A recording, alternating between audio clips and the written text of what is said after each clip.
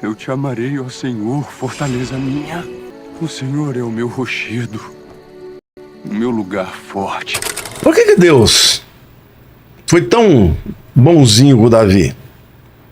Com tudo que ele fez. Eu falei, cara, você quer pagar pra ver?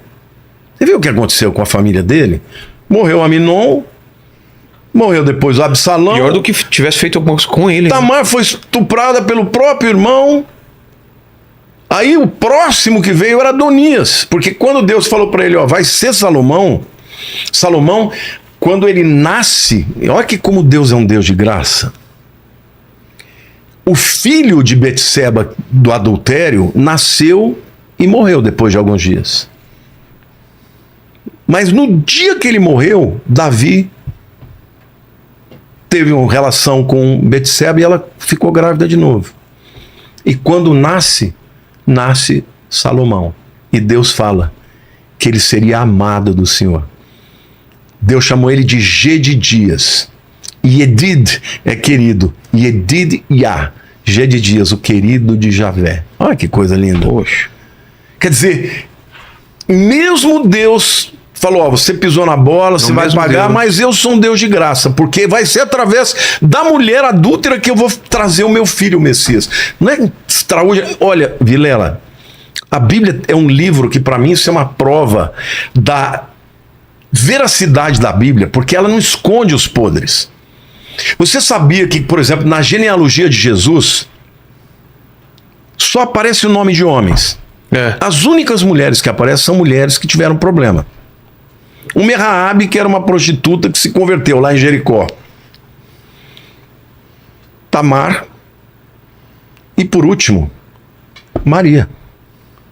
Maria, que concebeu virgem, mas que ficou mal falada. Sim. Tanto é que os líderes judeus falavam assim, quem é você? Você é filho de Maria? Filho de José? Nós nem sabemos quem é teu pai. Por quê? Porque correu para todo mundo que ela tinha tido caso com outra pessoa e que José casou com ela como corno. Acobertar. E a Bíblia não escondeu isso. Então, é maravilhoso isso, porque Deus deu o sucessor de Davi, o antecessor de Jesus, que foi Salomão, o filho daquele casamento que começou com adultério. Não é maravilhoso isso? Caramba. Isso prova para você, meu querido, que se você pisou na bola, se você se arrepender e buscar Deus, tem perdão e tem graça para tua vida. Agora, as coisas ruins ainda continuaram. O quê? Por quê? Porque, veja, morreu Aminon, morreu Absalão, o próximo que quis ser o rei era Adonias. E Adonias também começou a fomentar com a população, com líderes. Agitar. Inclusive o Joabe, que era o capitão de Davi, mas não fazia nada que Davi queria. Contra Salomão. Até que Davi, antes de morrer, ele chama Salomão e fala assim, olha, você vai ter que matar o Joabe. Porque ele vai tentar te derrubar. Salomão era jovem quando assumiu, talvez 15, 16 anos. Tinha um Adonias, Salomão chama Adonias e fala, ó, meu irmão, eu fui escolhido por Deus, então você anda na linha, senão eu vou ter que te matar. E no fim, Salomão teve que mandar matar o Adonias. Por quê? Porque não ia ter Porque ele ia se levantar contra Salomão. A última de Adonias, ele procura Betseba, que é a mãe de Salomão, e pede para ela, para ele poder ficar com a concubina do rei. Porque quando Davi ficou velhinho, aqui uma coisa gozada, quando Davi ficou velhinho, acho que ele já não dava mais no couro, já não fazia mais nada, ele pediu que trouxesse uma jovem para esquentar ele, porque ele começou a ter muito frio. Então ela vinha e deitava com ele nua, para ele se esquentar. Agora, quando ela aceitou isso, ela não podia mais casar com ninguém. Entendeu? Ela chamava Abisag. Era uma concubina dele. Entendi. Nunca teve nada com ele, mas também não podia casar. Por quê? Porque quem se casasse com uma mulher do rei assumir o lugar do rei. Ah. O que o Adonias fez? Chamou Betseba. Betseba não sabia disso. Falou: Betseba, eu amo a Abisag, quero ficar com ela. Salomão não quer nada com ela, pede para ele para eu ficar com ela. Aí ela chama a Betseba, que é a mãe de Salomão, fala: Salomão, deixa ficar com ela. Ele falou: mãe, você não sabe que quem ficar com a mulher do rei é o rei? Ele está querendo meu trono. Nessa hora ele manda matar o Adonias. Ou seja, a família dele... Pô, toda destruída. Toda destruída. Por quê? Porque tudo por conta do que ele fez com Urias. Então não foi barato. No mundo Teve perdão? Teve, mas teve No mundo consequências. espiritual tem um preço a ser pago sempre. Quando você abre uma brecha, você abre uma legalidade... Tem consequência. Tem consequências. O arrependimento, em muitas vezes, Deus perdoa e deixa quieto, mas se a pessoa insistir no erro, se a pessoa continua errando, continua fazendo, aí vai ter consequências. Agora, a Bíblia diz que Davi era um homem segundo o coração de Deus. Às vezes eu piro. Eu falo: Deus, como é que esse cara é o cara? Exato, eu sempre pensei isso também. Porque o coração dele para com Deus era extraordinário. Você viu os salmos de Davi? Ele adorava a Deus, ele falava: Deus é tudo, o Senhor é extraordinário, entendeu? Por exemplo, quando Davi tinha pecado com Betseba, porque Saul, todas as vezes que Deus mandava o profeta para adverti-lo, ele justificou. Você já teve com alguém que pisou na bola com você, você vai, confronta e a pessoa justifica? Como é que ele chama? Tuti, não faça isso. sempre tem uma desculpa. Ah, porque isso? Ah, porque aquilo? Ah, porque aquilo outro? Tô mentindo ou não? Vai justificar agora, vai se justificar. Não vou, eu só vou aceitar. Mudou daqui pra frente? Cara, tem algo. É que tem, como eu falei, tem semanas. O Lênin é um cara que aceita, você é um cara que não, veja bem, não é bem assim, aquele negócio lá. Mas eu já tentei justificar mais. Agora eu tô dando uma. Eu só tô aceitando. Simplesmente essa semana eu só tô aceitando. Tá certo. E é mais ou menos... E Davi não era esse, ele aceitava que ele tinha errado. Davi, por exemplo, quando ele pecou com Betseba, um dia chega o profeta Natan. O profeta Natan era um profeta que Davi amava. Mais velho que ele? Ou não? Não, ele era o homem de Deus no lugar de Samuel. Ah, tá. Entendeu? E Davi respeitava os profetas. Os profetas iam lá e... Entendeu? O Davi era o seguinte: escreveu, não leu, um pau comeu. Por exemplo, tinha uma mulher, que é Abigail, que ela era esposa de um homem chamado Nabal. A Bíblia chama ele de filho de Belial. Filho de Belial é o pior xingamento que você podia demônio, dar. né? É um demônio. Certa vez Davi estava cansado, estava chegando com os soldados dele e ele estava morrendo de fome, de cansaço. Ele manda umas pessoas na frente para dizer: olha, Davi está chegando, pede para Nabal preparar tal, comida, bebida para os homens, para os animais. Nabal falou: o que eu tenho com esse Davi? Não vou dar comida nenhuma e não vou dar nada para ele. Quando Davi soube, ele falou: vou matar esse cara. Vou matar ele, vou matar a mulher dele, vou matar todo mundo. Quando Abigail ficou sabendo, Abigail vai para frente e intercepta Davi antes dele chegar. E ela se prostra, se ajoelha, pede perdão e fala: eu não estava lá, eu não vi. Mas ela levou ovelhas, levou comida, levou água, se prostrou. Davi se encantou com ela, falou: olha, porque você é sábia. Olha que homem também tremendo. Ele falou: você não só impediu a morte do seu marido, você impediu que eu fizesse uma injustiça. Quando em seguida Nabal morre, Davi fica sabendo, ele manda buscar Abigail. E ele fez ela sua esposa. Então Abigail é uma das esposas de Davi que era marcada por ser uma mulher sensata, sabe? Mas ele ia matar todo mundo. Então, assim, com os inimigos, Não entendeu? tinha... Não tinha. É aquela história do homem de duas palavras. Ele era um guerreiro sanguinário, entendeu? Pensa bem, um homem de 3.000 anos atrás, ele era um troglodita, ele não era um gentleman, não é um cara que você pinta. Era outro tempo, né? Outro tempo, entendeu? Mas quando era com Deus, quando Natan chega para ele e falou, Natan, eu tô com um problema. Natan falou para ele, Davi, eu tô com um problema. O que foi, Natan? É o seguinte, tinham 2 homens, um pobre e um rico. O rico tinha muito rebanho, muitas ovelhas. O pobre só tinha uma ovelhinha, que era tão cara para ele que ele deixava ela morando dentro da casa dele. Comia no prato dele, bebia no copo dele. E o rico, uma vez, recebeu uma visita, um viajante que veio de longe, e ele, para oferecer um banquete para o visitante, ao invés dele pegar do seu rebanho, ele foi e matou a ovelhinha que era do pobre. Davi se enfureceu, falou, quem é esse desgraçado que eu vou matar ele? Natan falou, é você, Davi.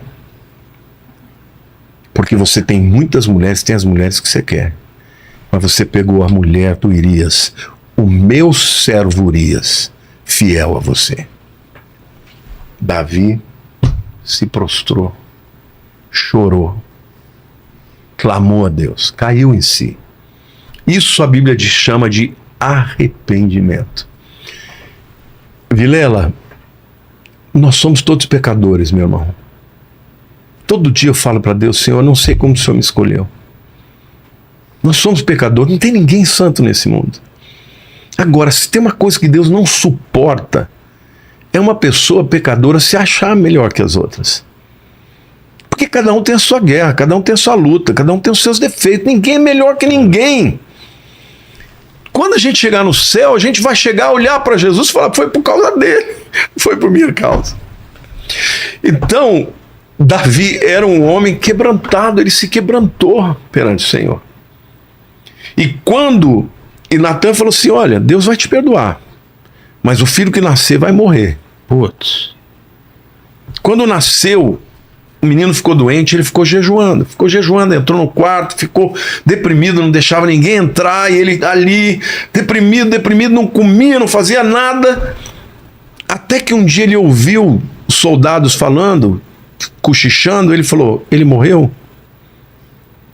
Ele estava com medo de contar para o menino que ele morreu, que o menino morreu.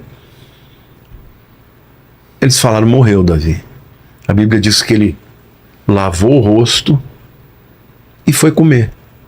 Aí eles perguntaram, mas como assim? Você estava desesperado, sofrendo, agora que você soube que ele morreu.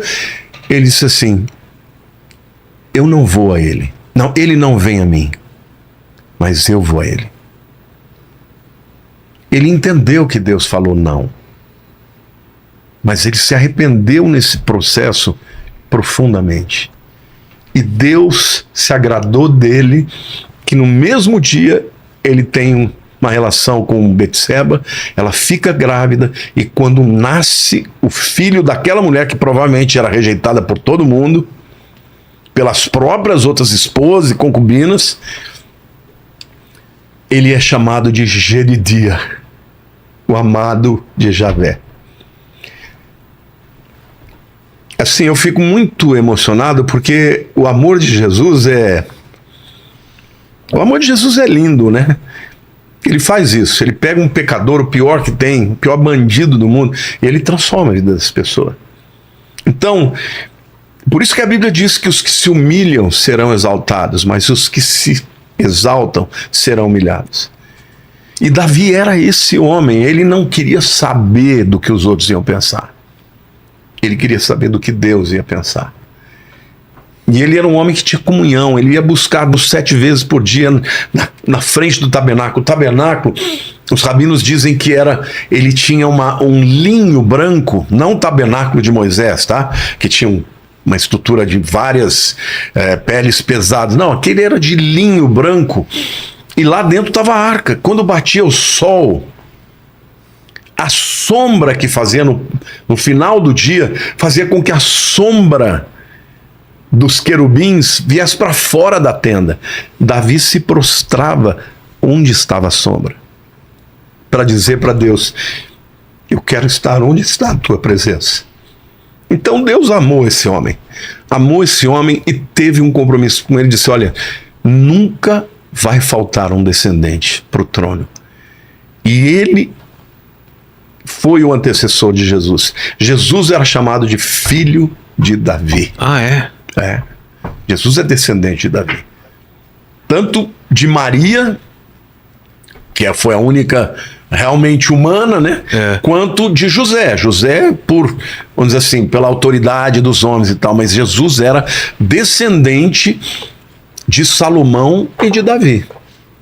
Um dos lados de Salomão, o outro lado de um outro filho de Davi, mas foi descendente de Davi pelos dois lados. Por isso que Jerusalém é a cidade tão amada, porque aquele lugar é um lugar especial desde os primórdios. Os rabinos dizem que lá foi o mundo fundado. Depois foi lá que Isaac foi oferecido por Abraão. Foi lá naquele lugar que Melquisedeque encontrou com Abraão. Foi lá que Jesus, o Cordeiro de Deus que tira o pecado do mundo, foi oferecido. Naquela região, né? Foi no Gólgota, mas naquela cadeia de montanhas. A cidade de Jerusalém é a cidade que Deus mais ama na terra. Por isso que Satanás odeia tanto e por isso que tem tantos povos tentando destruir. E quando você pisa lá, você sente isso, né? Sente que tá num lugar que é diferente mesmo. Você já foi quantas vezes lá? Só uma, eu quero voltar logo. Fui Jerusalém uma vez. Eu fui em Tel Aviv na segunda vez, agora durante o conflito. Quer ir comigo uma vez? Vamos, por favor. Talvez eu vá no fim do ano. Eu queria tentar, que eu acho que vai ser difícil agora por causa do conflito, que é Belém, né? Que é uma área controlada pela Cisjordânia. Belém eu já fui, mas não vou mais agora. E não pode agora, né? A área de Belém tem... A maior parte são cristãos, tá? Ah, é? É de cristãos. Mas tem os muçulmanos também. Mas é uma área perigosa. Falaram. Perigosa. Então, mas é um lugar extraordinário. Mas vamos sim, pastor. Mas Davi, cara, Davi era esse homem. Era esse homem de coração adorador mesmo. Hoje eu consegui entender um pouco isso, porque sempre ficou na cabeça assim, o cara errou tanto, fez umas coisas tão absurdas e mesmo assim foi abençoado, conseguiu Mas a gente não coisa. ora. A gente não erra também, desculpe. E por que qual a diferença de Davi e Saul? É que a gente imagina que um tipo de pessoas dessa não erra, né? Que é totalmente... O que acontece? Saul, quando Deus confrontava, ele não chorava, ele não se quebrantava. O que ele fazia? Dava desculpa. Quantas pessoas que você conhece, que você fala de Cristo, você fala, você é um pecador como eu sou também, como todo mundo é. Eu falo, eu tive muita chance e deixei passar todas as vezes. E fala, não, eu não preciso, eu não mato, eu não roubo, eu não faço nada contra ninguém. E o outro fala, não, eu sou pecador mesmo, eu não mereço. Eu não mereço a salvação, não mereço bênção nenhuma. E Deus fala, mas todos pecaram. Como ladrão, na última hora, ao lado de Jesus, né? Ele teve tempo de fazer alguma boa ação? Não teve. Mas e no teve entanto, Jesus disse, hoje mesmo estarás comigo no paraíso. Então Davi é um cara extraordinário nesse